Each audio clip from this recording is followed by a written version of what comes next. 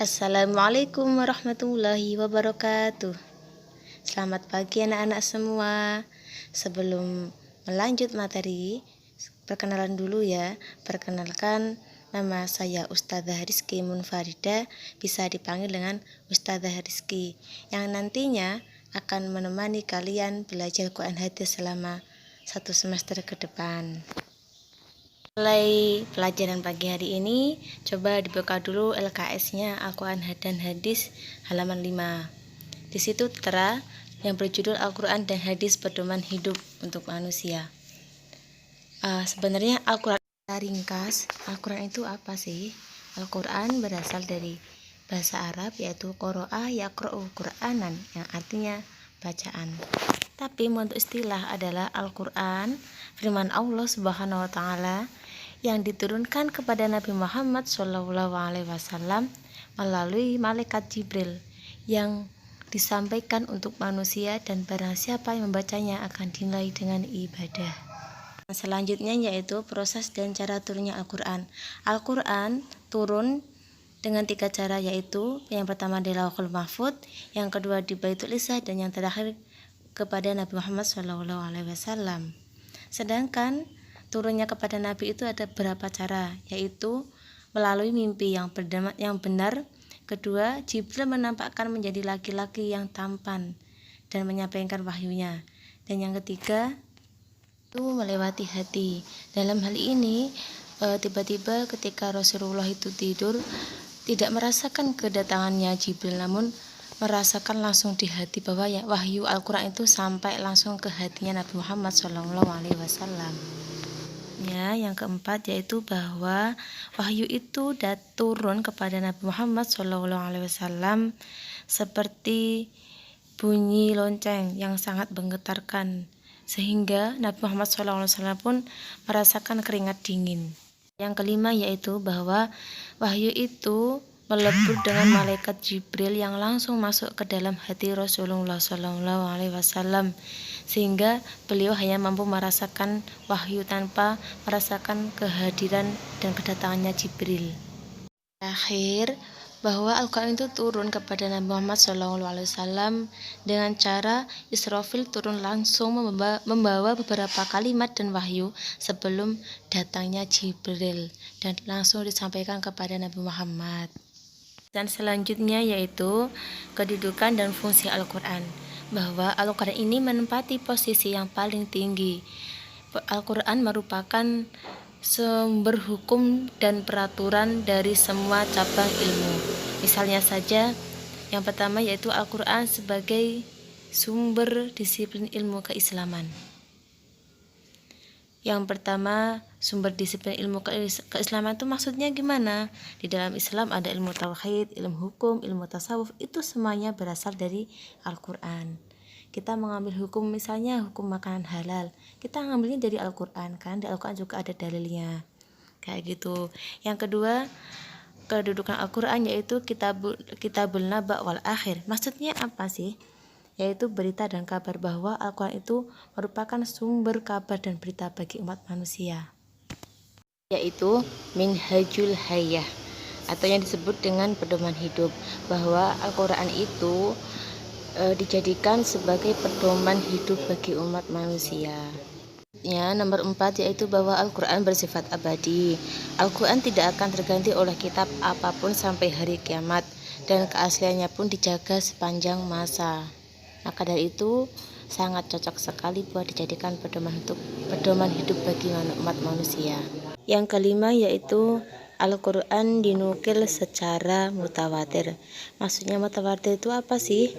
Disampaikan secara berangsur-angsur atau secara turun-temurun. Misalnya saja ya, kalian anak-anak belajar Al-Quran kepada ustadzah. Ustadzah punya guru lagi, gurunya ustadzah punya guru lagi, dan itu sampai kepada Nabi Muhammad. Maka dari itu dinamakan mutawatir.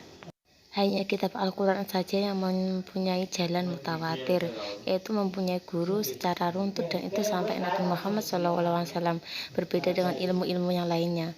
Maka dari itu keasliannya dijaga sepanjang masa sampai hari kiamat. Yang keenam yaitu bahwa Al-Quran sebagai sumber hukum. Al-Quran menempati kedudukan pertama dan paling tinggi dari berbagai hukum yang ada di dunia Islam. Yang ketujuh yaitu Al-Quran sebagai petunjuk. Al-Quran digunakan pedoman manusia agar berjalan ke jalan yang benar atau tidak menyeleweng dari syariat Islam yang telah berlaku di Indonesia terutama. Kemudian yang terakhir yaitu sebagai mukjizat. Kenapa Al-Quran dikatakan sebagai mukjizat? Karena Al-Quran adalah kitab yang paling sempurna. Keasliannya dijaga sepanjang masa sampai akhir zaman. Berbeda dengan kitab-kitab sebelumnya seperti kitab Injil, Zabur, Taurat, sangat berbeda dengan sebelum-sebelumnya. Maka dari itu Al-Quran dikatakan sebagai mukjizat yang paling sempurna dan yang paling dahsyat di antara yang lainnya. Gimana, paham anak-anak? Selanjutnya, kalau sudah paham, kita memasuki pembahasan selanjutnya yaitu keistimewaan Al-Quran. Keistimewaan Al-Quran yang pertama yaitu abadi sepanjang masa. Karena apa? Karena keasliannya sudah terjamin, tidak diperbarui lagi seperti kitab-kitab selanjutnya. Yang kedua, penyempurna kitab-kitab sebelumnya, yaitu ada kitab Taurat, Injil, Zabur, dan ini Al-Quran adalah kitab terakhir yang diturunkan kepada Nabi Muhammad SAW agar dijadikan pedoman hidup dan petunjuk bagi manusia. Selanjutnya yaitu yang ketiga, menggunakan bahasa yang indah. Kok bisa indah? Karena tidak ada yang bisa membuat Al-Quran selain Allah yang diturunkan kepada Nabi Muhammad. Tidak ada manusia yang bisa menyamainya. Menggunakan bahasa yang indah itu yaitu contohnya seperti surat An-Nas, Qul a'udzu birabbin nas, malikin nas, ilahin nas, min syarril waswasil khannas.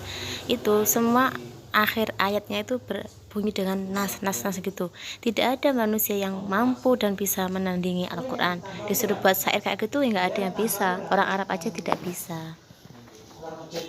Yang keempat yaitu keistimewaan Al-Quran adalah sebagai sumber ilmu pengetahuan.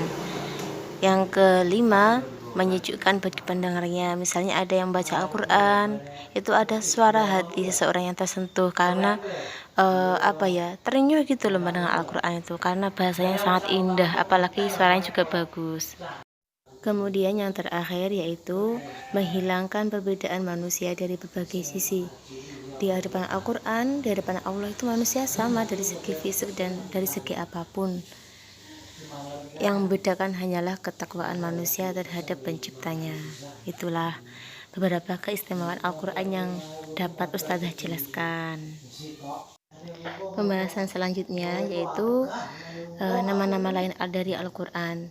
Al-Quran mempunyai beberapa nama, di antaranya Al-Furqan yang artinya pembeda, Al-Huda artinya petunjuk, Asy-Syifa artinya obat, Al-Kitab ya Alkitab atau tulisan, Az-Zikr yaitu sebagai pemberi peringatan, dan lain sebagainya yang masih banyak. Bisa dilihat di LKS ya anak-anak.